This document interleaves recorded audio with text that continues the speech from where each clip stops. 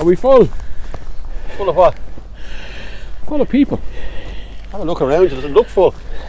Look at A lot of people seem wide open country. A lot of people seem to think we're full. No, I don't think so. Some places are full. I don't think there's anywhere full. It's just that we haven't provided the proper accommodation, the proper planning. I mean, it's hard to believe how long that war is going on in Ukraine and they're still acting as if it only happened yesterday. So, I mean, there has to be better ways to house people than to give them a few bob and put them out in the streets no matter who they are. I don't understand why we don't use empty office blocks and empty warehousing and put temporary accommodation in where they're in off the streets and they're out of the cold and the rain, and at least they've somewhere to work from. Well, you know, I was involved in a little project a few years ago. You might have heard about it. Not the Apollo House thing, is it? Yeah, it was called Apollo House, yeah. And believe it or not, that was 2017, so that's 6 years ago. Yeah. And what we did is we took over an office block. We took homeless people into the office block, and they were there for a couple of months. Now, the relevance at the moment is the government and everybody, it was Simon Coveney at the time, was telling us, son, so it was mainstream. Oh, you can't stay there. That office block isn't suitable for accommodation. Now, anybody that was in it seen that we made it kind of a bit suitable. There was nice bedrooms, it was rigged out, whatever. But there was this kind of nearly a principle. You know, the office block isn't suitable for accommodation. And last week I was in the car and I was listening to Claire Bourne on the radio, and she'd some lad on, I didn't know the chap's name now, he's good, so he was. But he was saying, you know, it's a big project now, it's gone mainstream now, to refurb office blocks for accommodation. And industrial estates. And industrial estates, yeah. And why could that not have been done, as Stevie says, when the war started in Ukraine? Why'd you have to wait 2 years until people are getting their knickers in a twist? Because there's never been a policy, there's never been a coherent housing policy here in the last 4 or 5 decades, longer. I mean, it's been privatised, it's been given out to the highest bidder. The vulture funds are circling around, buying up units, hundreds of units. The whole system is broken, and at the end of the day, the government will just react to local situations, whether it's Rosscray, whether it's Galway, whether it's Dublin, Ringsend. They just react, knee-jerk reactions, but they've no coherent policy about housing people in Ireland, whether they're refugees, whether they're migrants, whether they're Irish people. They've got no policy, and at the end of the day, it's all been given to the market, and the market's broken. But look at you, we're grumping about governments, this government, that last government, the government before that, for years. But the reason why I asked Stevie the question was, leave the government aside for the moment. So anybody that expects good government of an Irish government has never lived in Ireland in the first place. So just forget about that for a minute. But ordinary Joe Soaps now, like for example, really gets my goat. Mayo, right? I used to drive the trains down to Mayo, to drive them up and down when they were trying to win All Ireland. Still haven't won one. Loud won one more recently, but anyway, they've been returning there's Sinn Féin there now, but they've been returning 3 Fine Gael, 2 Fianna Fáil and vice versa for decades. And now we have the Mayo County councillors, Fianna Fáilers and Fine Gaelers by the way, saying that they won't cooperate with the government department in relation to migration because Mayo is full. Did you ever hear the like? So we're in Wicklow and it's fucking empty. Look, we're up here in the mountains. Mayo's even emptier. Mayo's even emptier. We talk about rural depopulation all my life. Publicans have been giving out that there's not a sinner within 10 miles to go and buy a pint, and suddenly they bring in a few people from Ukraine or from Afghanistan or from Syria or wherever these crises are happening, these wars, and suddenly Tipperary is full. It's full of something, all right, yeah, but it's full of humans. Full of bullshit. But listen, that face has been filled by the right. And now listen, not everyone's right in terms of the far right, but that space, that narrative has been taken on from the Apollo House, which was... Don't be blaming Apollo House. No, it was paraded by the establishment as a stunt, right? Yeah. But it wasn't a stunt. It was a reaction to what wasn't happening on the ground, and now you have a situation. That void has now been filled by forces who have no interest in housing, have no interest in politics, have no interest in social cohesion. They want to just stir up trouble. And at the end of the day, I can see a huge void which has been created, and it's been filled by forces which have conflict on their agenda. And whether it's Mayo, Roscrea, Ringsend, it's going to get nasty. And it's getting nastier. It is getting nastier. It is getting nastier. And at the end of the day, someone's going to get injured, someone's going to get killed. And there is a responsibility for alternative voices and for alternative methods of doing things. And I just think that, we as I suppose, the broad left need to come up with some sort of a response to all this, and we're not. Yeah, but the first thing you have to do is accept that people are concerned and worried, maybe for the wrong reasons, maybe because they've been wound up. If you go talk to your own family members, and you'll hear their language even starting to change. It's starting to bite into everybody. And my mother's in her 90s, and she says, you hear about that place, there's all men going in there. She's just picked her up off someone. Unvetted. Yeah, my mother's the same. She wouldn't know what unvetted means. And it's easy and right to say that these people are wrong and they're storing up hate and they're doing this, that and the other. But we need to have answers. We need to be able to talk to them, to accept that these people are concerned and are worried, even if it's not warranted. I don't think you know what I mean? I don't think it's good enough to call people just right wing. No, that's what I'm trying to come to. You need an approach. Yeah. Well, but we're not policy makers. No, we're not.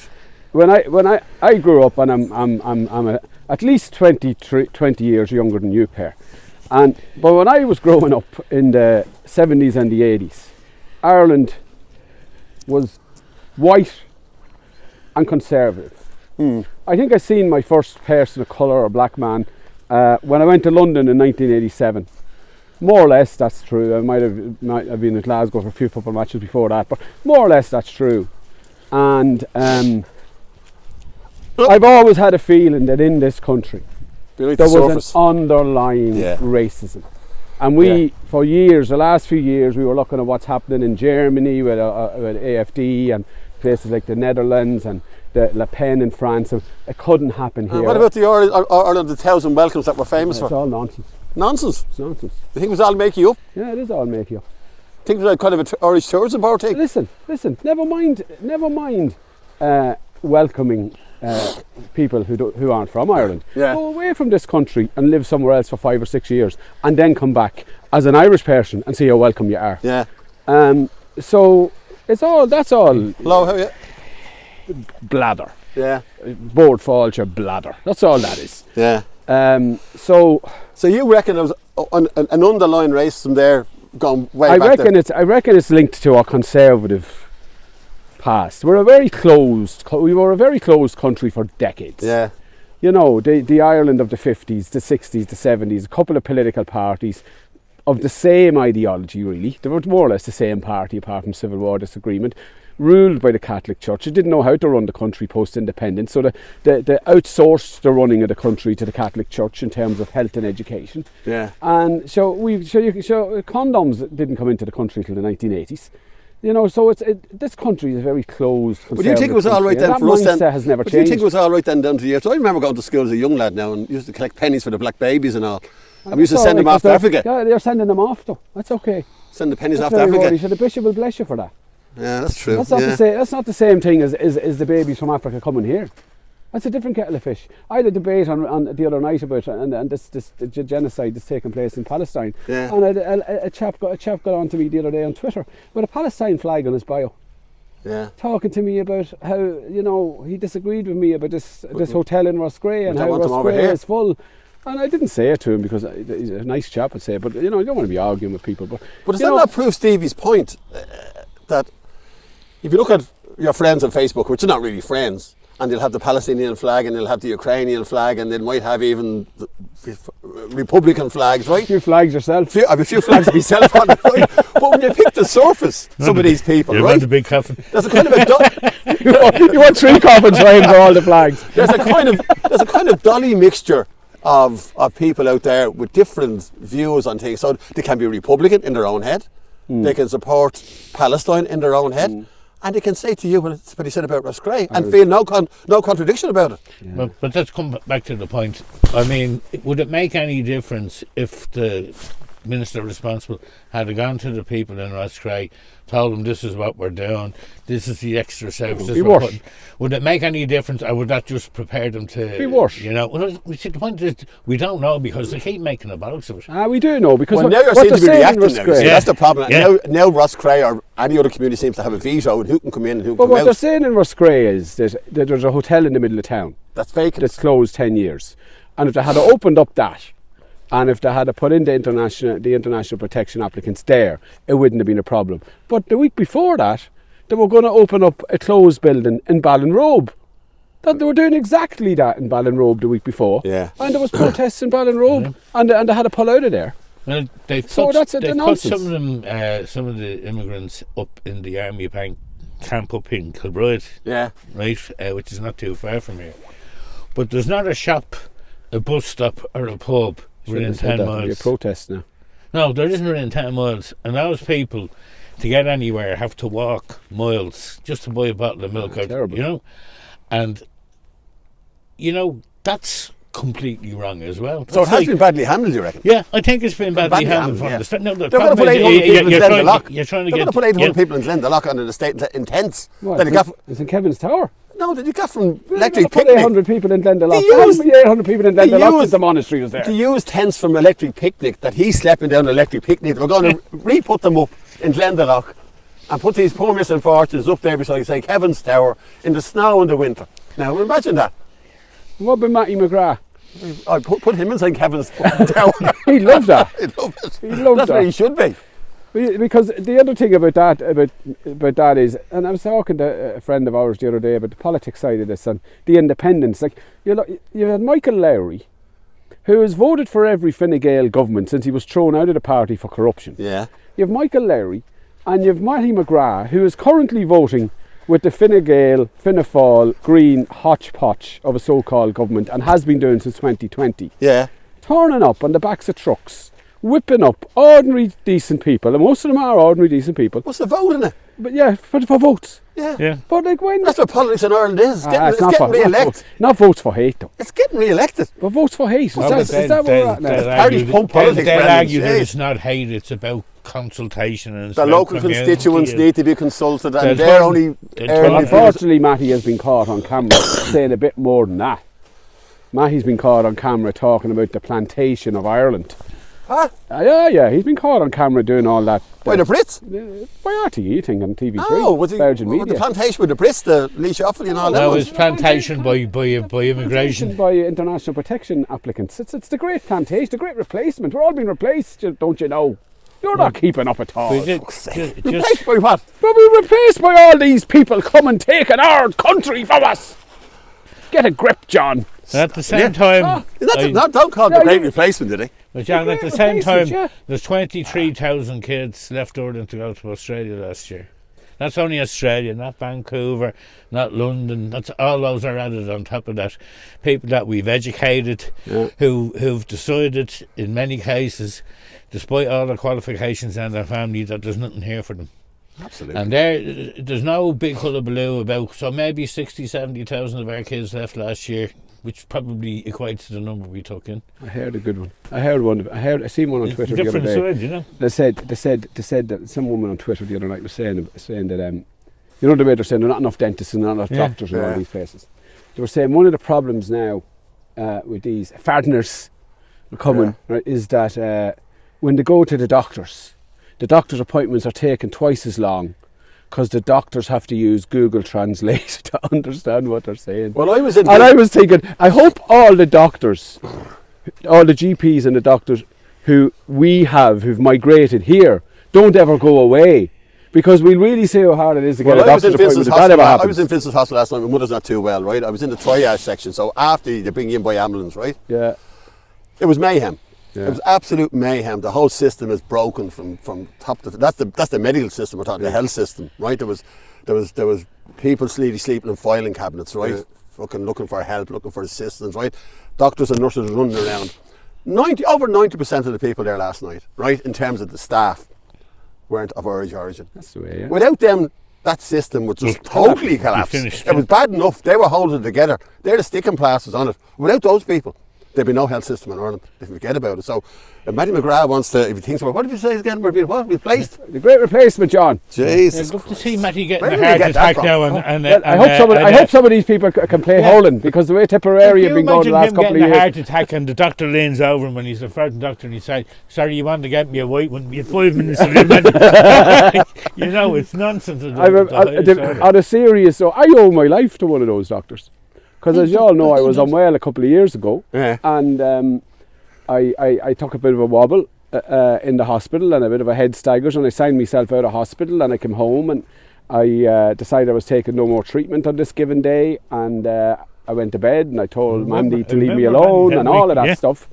And I woke up a few hours later and Mandy was crying and she was on the phone, and the doctor, I'm going to name the doctor, I don't care. The doctor's name was Dr. Patak. She's a doctor of Asian descent in the Beaumont, and she came on the phone and she just says to me, you checked yourself out? Yeah, are you coming in for your treatment? I says, no, I won't be coming back to you. And she says, well, she just said to me, you know you're going to die, don't you? And I says, yeah, okay. And she says, well, your wife's very upset. And then she just talked to me, and she was very straight to me and very nice to me, and she persuaded me to come in the next day and to do 2 sessions, which I did. Yeah. And there's one of them in every ward, in every hospital, keeping somebody alive today. So where's it all gone wrong then? So why are we having this conversation? Well, it's all gone. This hasn't all gone wrong. How many international protection applicants was there last year? No idea. Would it be 10,000? Go on, Stevie, have a guess. Or do you know? 6,000 or 7,000. Over 14,000, which was down on the previous year by 1,000. And the problem That's is... That's despite half the world getting bombed. The problem is the war in Ukraine. Yeah. And the figures are completely skewed because we've had over 100,000 coming from Ukraine. But they don't count in Europe. They don't count as international protection. No, that's right. Yeah. But they're using up the accommodation that would otherwise be used. Available for. There's no flex in the system, you see. Well, there is no more international protection people coming here other than the war in Ukraine, and that's not international protection, as you say. In fact, it was down 1,000 in the year before. You keep dropping bombs. You wouldn't know that listening to the chaos. Keep dropping bombs in Yemen and dropping them in Palestine and dropping them in the Middle East. There will be. Global warming is a problem, you know. But sure, we know what the answer is. But sure, nobody's listening to us. The answer is to build housing. But so how do we win that narrative back then from where it is at the moment? That's always been the issue. Well, I don't know who these people are that Stevie's talking about in his old family. Maybe you're different. You're probably not like me, because if I was telling somebody in my own family to come out of that, I don't talk to them anymore. I just put them out. I've told my mother I'm not comfortable with what she's saying. You think that makes any difference to her? I see it in the bar, right? You go down for a pint in the weekend, right? I've seen where you drink, you see where I drink, So it used to be the prams, right? You get free prams and they're getting free clothes and getting that. Single mothers. Single mothers. Now, they've moved on from that now. Moved on from the single mothers. Now it's right. They were a hate group not too long ago. There's thousands. We're letting too many in, right? We're letting too many in. Now, these are guys what I would consider to be fairly liberal. Some of them even class themselves as Republicans, right? And I'm gone past the stage of even engaged in the conversation, because it ends up in a row with a few points on you. You know, one night I got up and stormed out. I don't believe you'd have a row with a few points. No, I did. Well, I had one or two anyway. I got up and stormed out one night and told, listen, this is going to do what you fucking want. I'm not just this shite. But it is becoming part of the popular culture. And it's false, and it's based on nonsense. Based on lies and nonsense. Think about it. Do you remember that when single mothers, when Mary Harney decided for electoral reasons, again you said for votes, Mary Harney decided for votes that she was going to, as the PDs at the time, some of the people protesting, I never heard them, the PDs at the time were trying to get more votes, Des O'Malley, Mary Harney, Michael McDowell, and they targeted single mothers. That's right. And single mothers were getting all the social welfare and getting all the accommodation, houses, getting all the farms, getting all the houses. But is that what the Irish system is based on? We need someone else to blame. Yeah, I think that must be it. It used to be the unemployed, then it was the single mothers, then now it's the international protection. They seem to enjoy blaming them more when they're not from here, don't they? It's easier. It's easier. It's kicked down. It's easier because no families, no network. It's not peculiar to Ireland. Is it not? No. I mean, at the moment, they reckon 9 of the major European countries in the next election would vote to leave Europe. Yeah, well, that wouldn't be a bad thing in itself, but anyway. No, but you see, the point about it is it's the reasons why. Yeah. That's the problem, you know what I mean? No different than the reasons for Brexit. But So we where should- where but- racism but you're becomes saying a it's no tool. different in Ireland. We should be different. Because Yeah. for head of population, there's not a country in the world Exported more. has exported more humanity Absolutely. than us. I mean, you think of the places we're talking about here. Mayo of all places. Yeah, but Like, the- is there a Boreen in Mayo and that isn't the fact that isn't hasn't gone stopped to, though. The fact that emigration hasn't stopped It's increasing. is frightening. Yeah. Young people, It's yeah. frightening, you know. So where are we building? What kind of a country are we trying to build here for our own children? And in most cases, it seems to be one that you can live. See, this whole unvetted man thing, right? It resonates with the female population. I'm talking now women that, again, I was liberal, Yeah, right? progressive, Right? But this whole, and I said, how do you vet people? When someone's dropping a bomb on you from 20,000 feet, do you go to your local Garda station in Beirut or Yemen and say, by the way, can I have a search saying I'm okay to leave the country? And a country is persecuting you, you have to leg it out of it. I said, how do you vet people? I said, I can go all over Europe, right? Get on a plane tomorrow, get on a boat, drive my car over, all over Europe, unvetted. Yeah. I said, but what's the difference? I'm white. That's the difference. I said, that's what you're really saying. That's what you're really saying at the end of the That's day. the bottom Right? line. That's the bottom line. And I think when you probe people, no, I really don't mean that, but we don't know who we're letting in. Because did Irish men never abuse women? Seemingly not. Yeah. We didn't put them in mother and baby homes. The most famous The sentence. mother and baby homes is sorry, Stevie. The mother and baby homes is the top of the tree, John. You don't Yeah. have to go to the mother and baby homes. That's really the worst. Yeah. The worst. Every street in every town in Ireland, And a wife beater. there was abuse. And a There wife were beater, women yeah. being beaten. There were daughters and Been abused. sisters being abused in every street in this country for decades by white Irish men. Coming home from the pub. We all know it. We all knew those men. Yeah, we did. Hopefully we don't know them now. The We all priests knew knew. too many of them. They were hidden by the church. Absolutely. They were hidden by the guards. They were protected by the state. Some of them were in power or close to those in power. And for people to be saying now, the people arriving here with all their worldly goods in plastic bags, And give it a tent. and, Said they're unvetted. and suddenly they're the threat. Yeah, but that's the same. The threat to most- Irish women yeah. is very much made in The Ireland. most common sentence you hear around now is, on, "I'm we walk not back a a bit, lads, will racist, but Yep. I'm not a racist, but." But, You yeah. know, when you make the accusation or you put them in that space, and it's easy then the butt to pick up some little incident or some imagined thing, and it's. But can I that think conversation? we're in trouble. We're in trouble with this. Yeah, we're in trouble. Yeah, I agree with you. We're in trouble Yeah. with it. So how do you win back that middle ground, for want of a better word? Even I'd accept winning the middle ground. Whatever about the extremes on both sides, you're not going to win that ground. How do you win back that middle ground? Well, it seems to me there's lots of people in public life, in the media, in the online space. There's lots of people prepared to have the conversation to win back, because they think it'll win back. What there isn't, and what underpins a lot of these marches and demonstrations, is bullying. Bullying of local populations by extremists and people, the ordinary decent people who don't have these problems, who don't think a hotel is a human right. The ordinary decent people are afraid to speak up because there's a couple of hundred extremists, radicalised extremists in their community, whipped up by outsiders, spreading hate, and ordinary Joes are afraid to speak. And although I did see recently, I seen on telly last week in Lanesborough actually, where somebody tried to set an old convent that they were going to use for protection, and there were two, women of a. Well, there were older women stopped in the street and asked, and they said, we want these people to come. We need our communities. So you do get people who will speak up. So do you think then that? But I think people need to be encouraged in these local communities, because I do believe that the majority of people in these local communities are appalled by these protests and appalled by the underlying racism. And we need to, instead of creating a space for the racists, which seems to be what the media are doing, we need to create a space for the ordinary people to let go of the fear and take on these arguments. But there's a question of law and order though as well. I mean, we have a police force, we have a state, that's supposed to uphold these laws. There's hate legislation, and you telling me that we can't figure out what's going on within those groups and fucking come down them like a ton of bricks? Can't find an arsonist. Well, yeah, you can't find anything, and I think that the Now, this is a reality police force that lost the gate. yeah, now they can't find an if you arsonist. were able to say to people, we're going to deal with this through the law, through hate crime legislation, and go after these people, like even all those head cases during COVID, they never really done anything. So basically, they're allowed to operate without any threat from law and order. And at that stage, then the local people say, well, they can get away with it.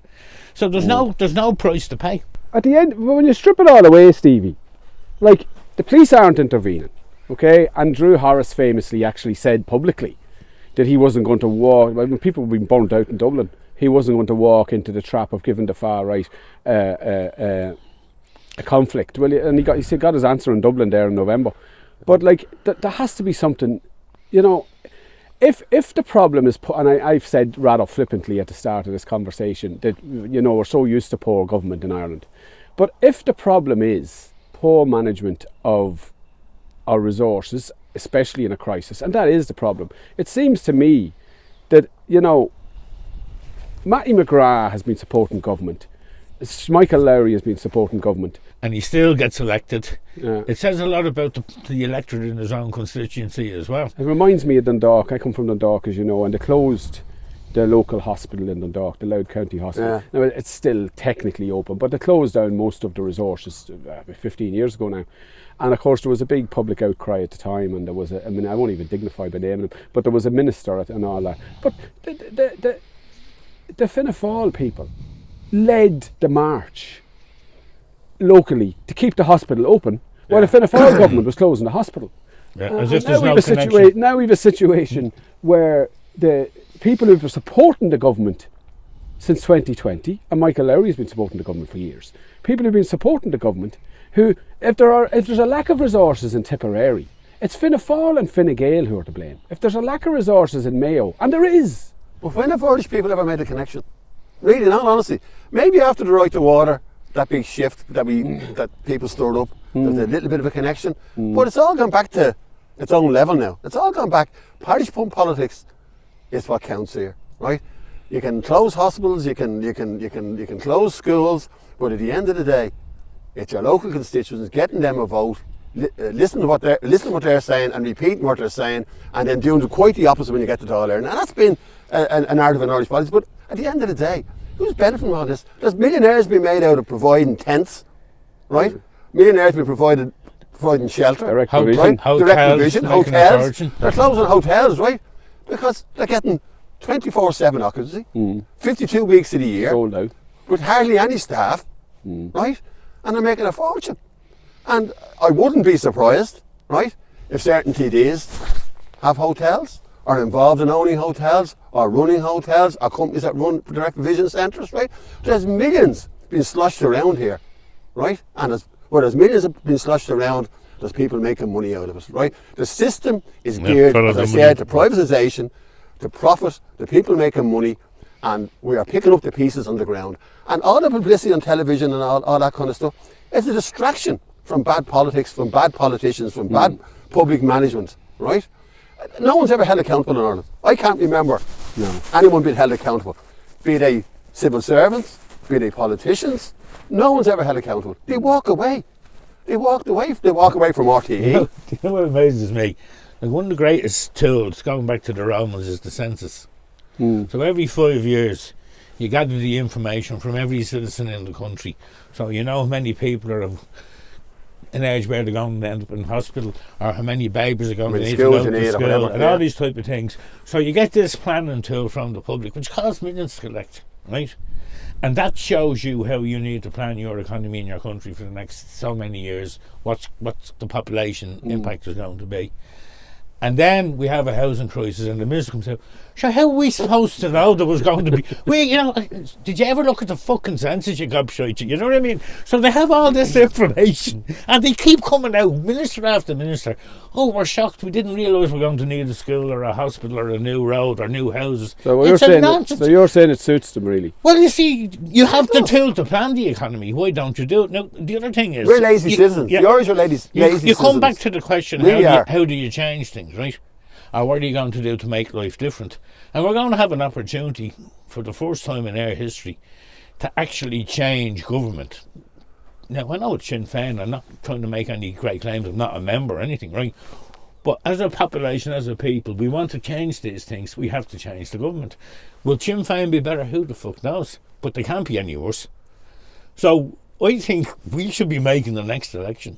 Now, you know, do you want to die by 10 stabs or 2 bullets? But the next election is about changing the government. If we don't, we're going to have more of the same. But I think if we do, we don't know what we're going to have. But I think that's part of the problem. I really do. Yeah. What you said, no, I don't necessarily disagree with what you're saying. But it's a stark choice. It's a stark choice. But I think that's part of the problem.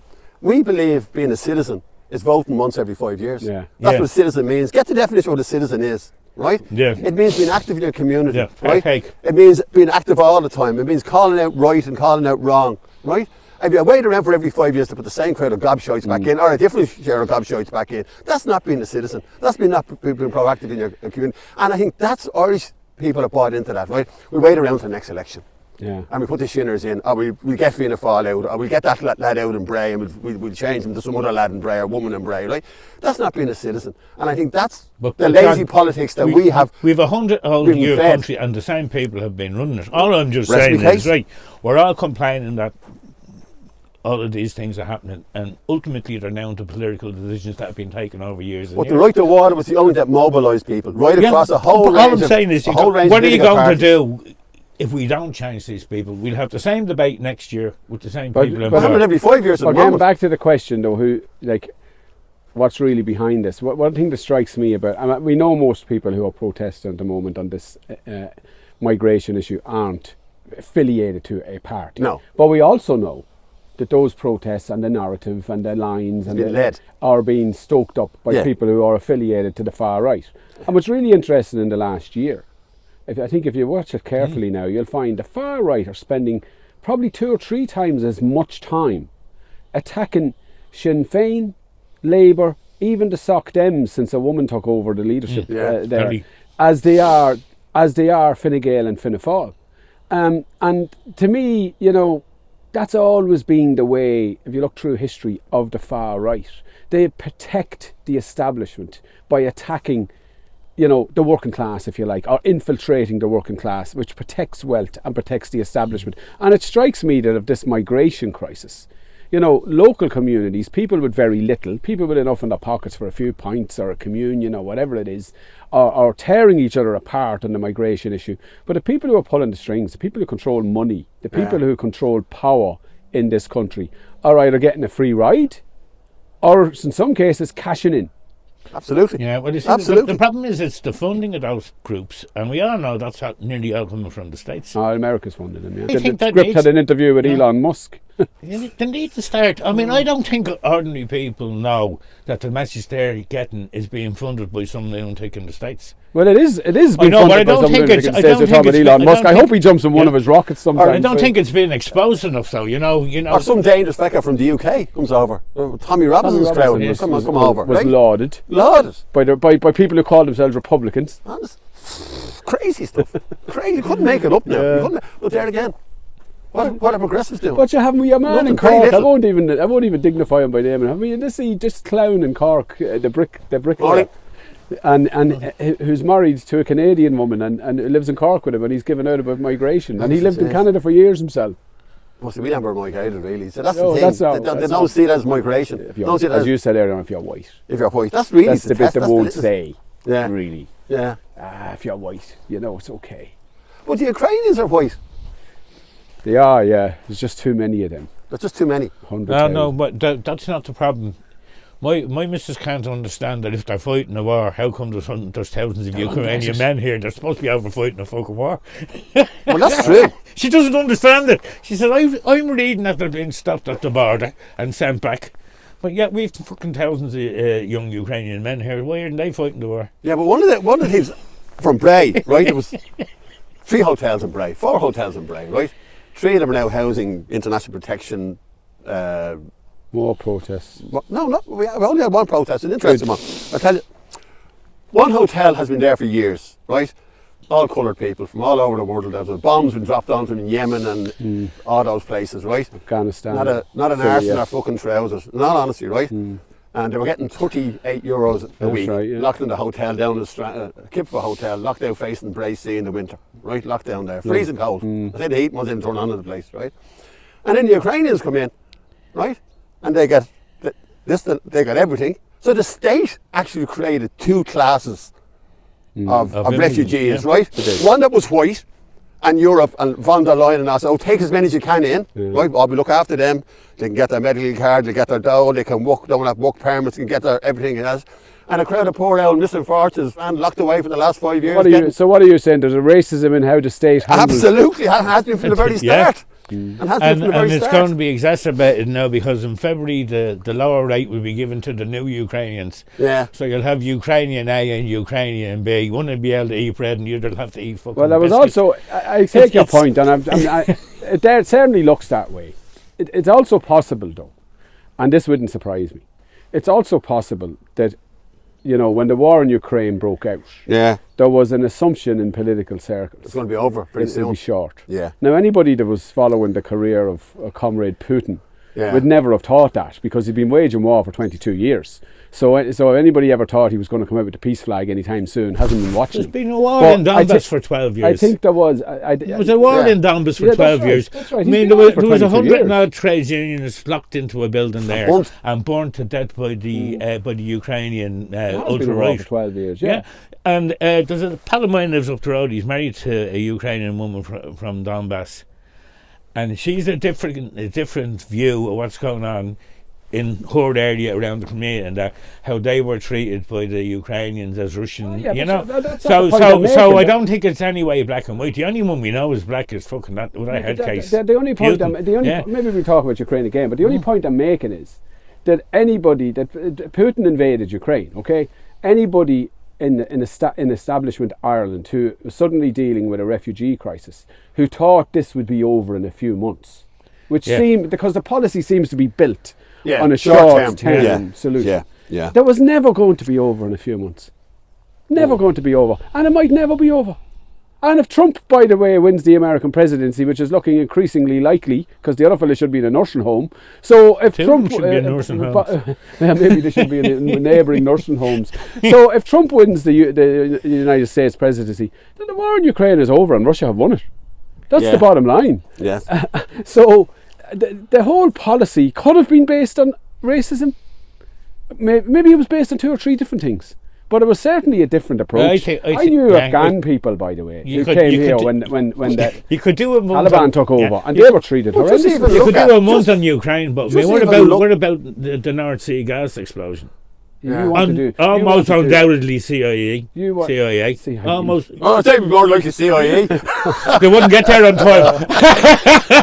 But even look at I'm just saying the reaction of the CIA. Oh, and even Mick Wallace didn't claim that. Even look at the reaction of the European Union to genocide in Palestine. Right? From they roll back. Well, Right? enough rollback.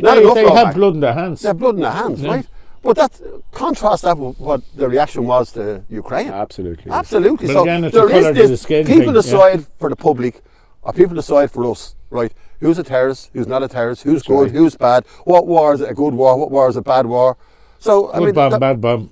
Bad bomb, good bomb. Yeah. Now they're falling from 20,000 feet on top of women and children, right? And then we're saying, listen, Ireland's full. Now where are all those kids in Palestine going to go? Or it's going to be any left? Very few left, right? But all the, Yemen and places like that, these people are swimming across the sea on boats, dinghies, right? To get out of war zones that have been created by us. Or by NATO. By the West. By the West. And we said, listen, Ireland's full. Glasgow's full. Well, the West. Wicklow's full. Look at it. The West are responsible for the genocide in Gaza because it's NATO weaponry. They created the fucking illegal state in the first place. There's someone making a lot of money out of making bombs and making bullets. Of course, there is a course. Well, there's an armament factory in every fucking state in the US, and they're all doing very happy, and the unions are delighted with the money that the members are making. Absolutely, probably an overtime. You don't have to go to the US to find that attitude, Stevie, in terms of people that you might be surprised at being delighted to make money out of weaponry, But I know. But bring us back to Maddie McGrath and being recolonised, right? I'm interested in this because the colonisation of Ireland, replacement here, is that what you call it? Great replacement. Great Replacement. You've not heard of this? No, I swear to God, I haven't heard of it. Oh, for God's sake. I thought you were talking about the plantation of Ulster and the No, plantation of Lee Shoffley. That's what I thought you were talking about. There's nobody living in Lee Shoffley either. No. They're full of Scottish people who sent over the 1600s or something. The fundamental basis of the growth of the far right, apart from their racism and misogyny in the last number of years, has been this theory of the Great Replacement. So is that a Trump thing, is it? American thing? Yes, it comes from the far right in America, but it was initially who's brought in replacing the here by Americans? Jem O'Doherty and John Waters brought it here first. The Hispanics Then and the they blacks. fell out of favour, and All right. now we've got actually capable, dangerous people Yeah. as opposed to lunatics. Capable, dangerous people like John McGurk and Grift and funded by Declan Ganley and all his American military complex people, of course. This underpins them. They're all being replaced. And in another 20 or 30 years, there'll be no white Irish people. And this underpins as well what your mother is worried about, people about this unvetted, because, of course, these people aren't coming here, this theory says, fleeing war at all. No. These people are military age deliberately, because they've all got Kalashnikovs under the bed, and whenever Mohammed gives the nod, they're all going to emerge. To be jihad. Yeah, they're all going to emerge onto the streets of Blessington and take us all out. Unless we wake up now and get Conor McGregor to lead us into a fight, take them all on, we're all doomed. This is the sort of nonsense now. Yeah. There's loads of brave men and women hiding behind their keyboards in the darkness of their rooms, spreading and talking to each other about this constantly. Really? Yeah, constantly, yeah. The Great Replacement, yeah. And I'm going home, I'm going to Google it. Matty slipped up. Do Google it, yeah. Matty must have Googled it, did he? Matty slipped up. Or somebody must have whispered in his ear down in a barn. But he didn't use that word, did he? Great Replacement, did he? No, he said that it's a new plantation. So it's the same. It's the same thing. So they take the Great Replacement theory, which is a global theory, and they Irish it by using the word plantation. Yeah. I think one of the things is a huge number of problems that we have in this country and this society were there before the immigrants were, and they're there now that the immigrants have come as well, but they're now being blamed on people that weren't here, despite the fact we had all those problems for the last 50 years. All of them. Isn't that the best way, right? Fear is the best way of papering over the cracks, the fissures in our society, in our system, in our capitalist system. You do it by fear, right? You make people afraid of their own little fiefdom, of their own little life, however bad it might be, right? You make people fearful, and fear is a very strong emotion, and people will, with fear, they will tend to react. They will tend to band together in groups, and I think it's a liberal ploy, and fear is a very strong policy driver in terms of the right, and that they use it very, very well.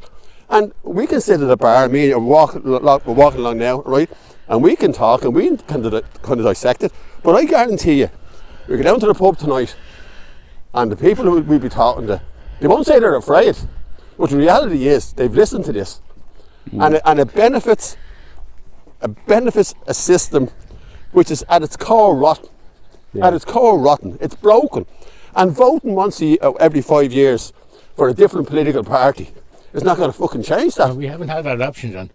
Well, fear and something else works with fear. Difference. We're all challenged by difference. We're challenged by difference in our daily lives, in our work lives. And if they change the traffic layout, if they change where to put things on the shelf in the shop. If somebody changes your furniture, we're all challenged by change, right? So, and by difference, and then layer on dollops and dollops of fear. But there are other fears that aren't being spoken about that should be spoken about. For example, we're of a certain age, and a lot of the people protesting are a certain age, and younger people coming through will be looking for pensions.